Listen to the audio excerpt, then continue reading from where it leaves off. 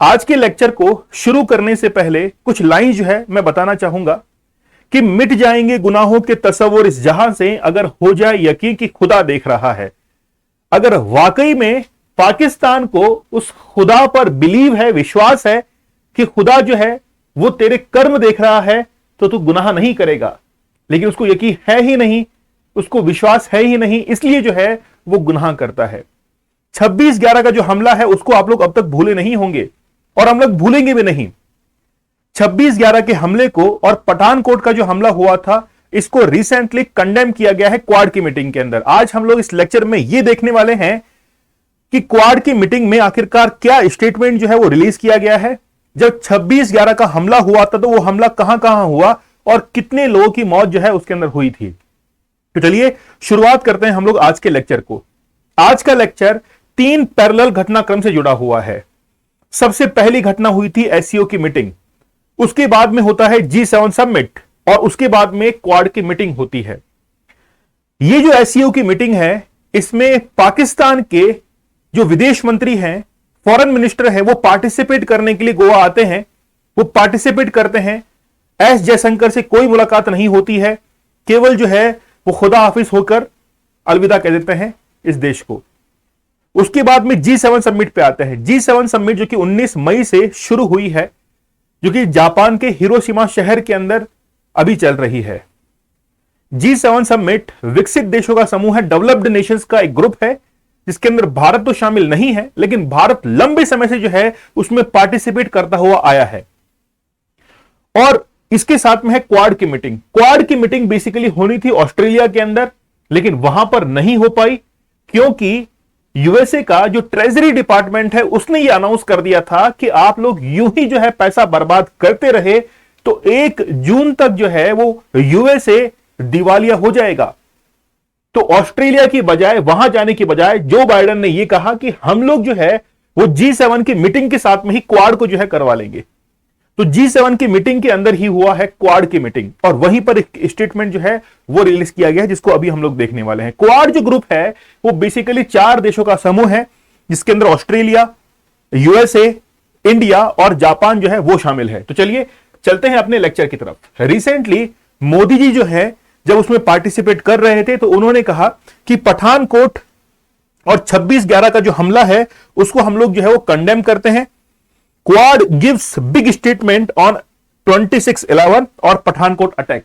बहुत बड़ा स्टेटमेंट जो है वो रिलीज हुआ है। स्टेटमेंट ये है, इस स्टेटमेंट में बाकायदा ये लिख दिया गया है कि ये स्टेटमेंट जो है वो क्वाड के लीडर्स की तरफ से एक जॉइंट स्टेटमेंट रिलीज किया गया है 20 मई 2023 को। इस स्टेटमेंट को आप लोग देखिए, इसमें लिखा हुआ है कि we are committed to working together to promote accountability for the perpetrators. तो यहां पर आप लोग देखिए, ये जो मीनिंग आप लोग जो वर्ड देख रहे हैं इसका मीनिंग जो होता है वो होता है कि कोई अपराध करने वाला होता है, तो अपराधी के खिलाफ जो है वो अकाउंटेबिलिटी।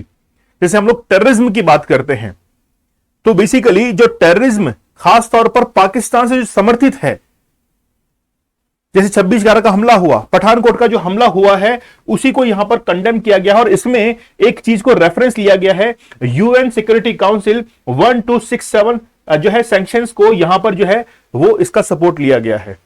तो ये जो स्टेटमेंट है वो रिसेंटली ये स्टेटमेंट क्वाड की मीटिंग के द्वारा रिलीज किया गया है। आप लोगों के लिए प्रहार बैच जो है उसको शुरू कर दिया गया है, आप लोग इसमें एनरोल हो सकते हैं। आप लोगों को कोड यूज करना है प्रहार, जिससे आप लोगों को 70% डिस्काउंट प्लस साथ में एक्स्ट्रा 25% डिस्काउंट जो है वो अवेल हो जाएगा। आप लोगों को जीएस पेपर 1 to 4 जो है इसमें अवेलेबल्स होंगे। ऐसे राइटिंग जो है वो सेशंस आप लोगों के लिए अवेलेबल होंगे, डाउट सेशंस आप लोगों के लिए होंगे। आप लोगों को कोड जो है वो यूज करना है, तो आप लोग जो है इस बैच में एनरोल कर सकते हैं। ये जो आप लोग ट्वीट देख रहे हैं ये बेसिकली 2021 का एक ट्वीट है, ये पहले का ट्वीट है, लेकिन रेफरेंस लेना जरूरी है कि इंडिया और यूएस की जब मीटिंग हुई थी तो उस समय भी इंडिया और यूएस ने सीधे तौर पर यह कह दिया था कि जो 26/11 का हमला हुआ है वो बेसिकली कहीं ना कहीं पाकिस्तान समर्थित है, कहीं ना कहीं पाकिस्तान की फैक्ट्री के अंदर जो टेररिज्म की फैक्ट्री है वहां पर इसने जन्म लिया है। तो ये जो आप लोग देख रहे हैं इसके अंदर सीधे तौर पर 26/11 का हमला और पठानकोट ये अभी रिसेंटली का नहीं है, 2021 का है। तब से लेकर अब तक जो है ये बातें लगातार चलती हुई आ रही हैं। यहां पर देखिए इसमें हम लोग अगर बात करें तो जो 26/11 का हमला हुआ था, मुंबई अटैक हुआ था, वो बेसिकली कहां कहां हुआ था, तो आप लोग देख सकते हैं लियोपोल्ड कैफे जो है वहां पर अटैक किया था। फिर छत्रपति शिवाजी महाराज जो है वहां पर जो टर्मिनल है वहां पर अटैक किया था इन्होंने।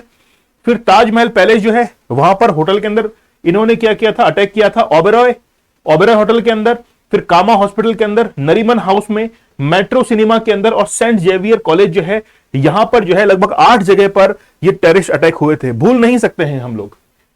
इसकी डेट जो है वो 26 नवंबर से लेकर 29 नवंबर तक, मतलब 3 दिन हमको लग गए थे इसको कंट्रोल करने में। अटैक का टाइप देखिए, इस्लामिस्ट टेररिज्म, बॉम्बिंग्स, मास शूटिंग इसके अंदर हुई थी, मास मर्डर जो है इसके अंदर हुए थे, हॉस्टेज जो है वो बनाया गया था, सीज इसके अंदर किया गया था, वेपन्स यूज किए गए थे, AK-47, RDX, आईईडी की फुल फॉर्म जो है मुझे आप लोग कमेंट सेक्शन में जरूर बताइएगा। ग्रेनेड्स इसमें यूज किए गए थे। डेथ्स जो है वो इसके अंदर काउंट की गई थी 175 लोग जो है वो हमने गवाए थे इसके अंदर, है ना। हर बात का बदला लेगा तेरा फैजल, ठीक है। चलिए, उसके बाद में इंजर्ड हुए थे कितने, 300+ विक्टिम्स आप लोग देख सकते हैं। यहां पर देखिए जो है जाकिर रहमान लखवी, ये जो है लश्कर तैयबा, इसको जो है जिम्मेदार ठहराया गया था, इसने इसकी जिम्मेदारी ली थी।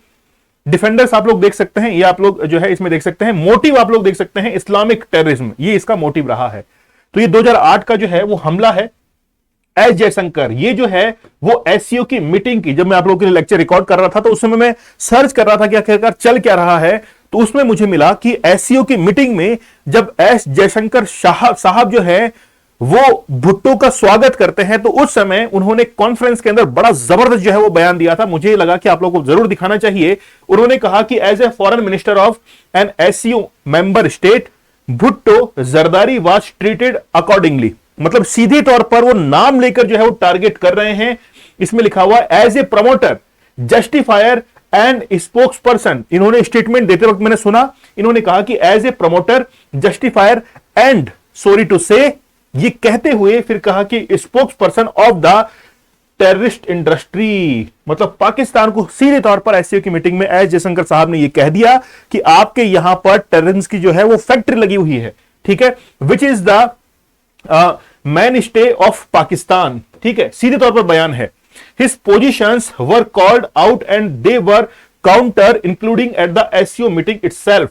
तो इस एससीओ की मीटिंग के अंदर जो कि रिसेंटली अभी हुई है, वहां पर सीधे तौर पर जब पाकिस्तान के विदेश मंत्री यहां पर आए, उनको कह दिया कि आपके यहां पर टेररिज्म की फैक्ट्री जो है वो चल रही है। चलिए, क्वाड के ऊपर हम लोग आते हैं। क्वाड के अंदर जो है वो 4 देश शामिल हैं। आप लोगों को पता है कि इंडिया है, जापान है, यूएसए है और ऑस्ट्रेलिया है। 2007 के अंदर क्वाड को बनाया गया था, लेकिन 2007 से लेकर 2017 तक ये इतना एक्टिव नहीं था। लेकिन जब 2017 में एक्टिव हुआ, उसके बाद चाइना जो है वो ये कहता है कि ये एशियन नाटो है, क्योंकि ये जो है वो सीधे तौर पर एक मिलिट्री ग्रुप है जो कि चाइना को काउंटर करने के लिए बनाया गया है। अब चाइना इस बात को जल्दी समझ जाए तो अच्छी बात है ना। चलिए, अगर हम लोग देखें कि क्वाड के बारे में, तो क्वाड जो है इसको 2007 के अंदर एस्टैब्लिश किया गया था और 2017 तक जो था वो बिल्कुल ये मान के चलिए काफी कोई ज्यादा वर्क किया नहीं था। उसके बाद में फिर जो है इसका टाइप आप लोग देख सकते हैं, इंटर गवर्नमेंटल सिक्योरिटी फोरम है ये, और इंडो पैसिफिक जो रीजन है उसमें चाइना को काउंटर करने के लिए 4 देश जो है वो मिलकर आते हैं और उसी को हम लोग क्या कहते देते हैं, क्वाड कह देते हैं, ठीक है। इसमें ऑस्ट्रेलिया, इंडिया, जापान और यूएसए है, ठीक है। चलिए आगे देखिए, तो क्वाड जब 1.0 हुआ था तो 2007 के अंदर आप लोग देख सकते हैं कि इसकी मीटिंग जो है वो कंडक्ट करवाई गई थी और बाद में बहुत सारे इसकी जो है वो डायलॉग्स वगैरह होते हैं। 2017 के अंदर जब ये एक्टिव हो जाता है तो फिर आप लोग देख सकते हैं कि मनीला के अंदर इसकी मीटिंग होती है। फिर आप लोग देख सकते हैं कि सिंगापुर के अंदर 2 बार मीटिंग जो है इसकी हो जाती है। बैंकॉक में 2019 के अंदर मीटिंग होती है। फिर वर्चुअली जो है वो 2020 में मीटिंग होती है। 2022 यानी कि पिछले साल ही टोक्यो के अंदर मीटिंग हुई थी। ये इसके ऑब्जेक्टिव हैं क्वाड के। तो आप लोग देख सकते हैं कि बेसिकली मैं आपको एक लाइन में कह दूं कि इंडो पैसिफिक जो रीजन है उसमें चाइना को काउंटर करने के लिए पूरा तामझाम जो है वो किया गया है, क्योंकि चाइना जिस एग्रेसिवनेस के साथ में सामने आया है अब उसको काउंटर करना जरूरी है, ठीक है। चलिए बेसिकली देखिए यहां पर लिखा हुआ है कि India hosted a Quad counter terrorism table top exercise in November 2019। तो 2019 के अंदर हमने ऑलरेडी जो है वो टेररिज्म को काउंटर करने के लिए एक मीटिंग जो है वो कंडक्ट करवा चुके हैं। फिर डिप्लोमेट्स की मीटिंग इसके अंदर होती है, ठीक है। साइबर एक्सपर्ट्स की मीटिंग जो है कि साइबर जो है उसको, साइबर क्राइम को कैसे कम कर सकते हैं, ठीक है। और भी जो है मिलिट्री मीटिंग जो है इसके अंदर होती है। 2+2 डायलॉग जो है वो क्वाड के अंदर होता है। ऑस्ट्रेलिया के साथ में हम लोग करते हैं, जापान के साथ में हम लोग करते हैं, यूएसए के साथ में हम लोग करते हैं। तो 2+2 जो है वो मीटिंग्स होती है। ये कुछ एग्रीमेंट्स हैं, जैसे लीमुआ एग्रीमेंट है ना, कॉमकास एग्रीमेंट है। ये बहुत सारे जो है वो एग्जाम में आते हैं, आप लोग उनको जरूर देखिएगा। अब देखिए, मालाबार एक मिलिट्री एक्सरसाइज होती है, इन्हीं क्वाड कंट्रीज के बीच में एक मालाबार एक्सरसाइज कंडक्ट करवाई जाती है। तो बेसिकली क्वाड जो है, जिसको चाइना ने एशियन नाटो कहा है, अब नाटो के बारे में आपको जो है थोड़ा बेसिक पता होना चाहिए। तो बेसिकली इंडो पैसिफिक जो रीजन है उसमें चाइना को काउंटर करने के लिए ही ये जो ग्रुप है वो बनाया गया है। हम लोग चारों तरफ से हर डायमेंशन में जो है वो इसके ऊपर वर्क कर रहे हैं, चाहे फिर वो मिलिट्री एक्सरसाइजेस हो, बायलैटरल ट्रेड्स हो, किस तरीके पे जो है जैसे भी चाइना को ट्रैप कर सके वैसे जो है पूरी कोशिश इसके अंदर चल रही है, ठीक है। तो चलिए, तो ये था आज का लेक्चर। क्वाड के अंदर जो है सीधे तौर पर पाकिस्तान को निशाना बना दिया गया है। अब पाकिस्तान की हालत आप लोग समझ ही रहे हैं कि वहां पे आर्मी जो है वो टेक ओवर करने को पूरी तरीके से तैयार है। लोग मांग कर रहे हैं वहां पर कि इमरान खान को जो है वो फांसी पे चढ़ा दो। मतलब पूरी तरीके से जो है वो डैमेज हो चुका है। अब देखते हैं कि आगे क्या होगा। आप लोग मुझे कमेंट सेक्शन में जरूर बताइएगा कि पाकिस्तान की आगे क्या हालत होने वाली है। चलिए, तो प्रहार बैच जो है वो आप लोगों के लिए लॉन्च कर दिया गया है। आप लोगों को कोड यूज करना है प्रहार, जिससे आप लोगों को डिस्काउंटेड प्राइस में कोड जो है वो अवेलेबल हो जाएगा। तो मिलते हैं हम लोग नेक्स्ट लेक्चर के अंदर। तब तक के लिए धन्यवाद, थैंक यू, जय हिंद।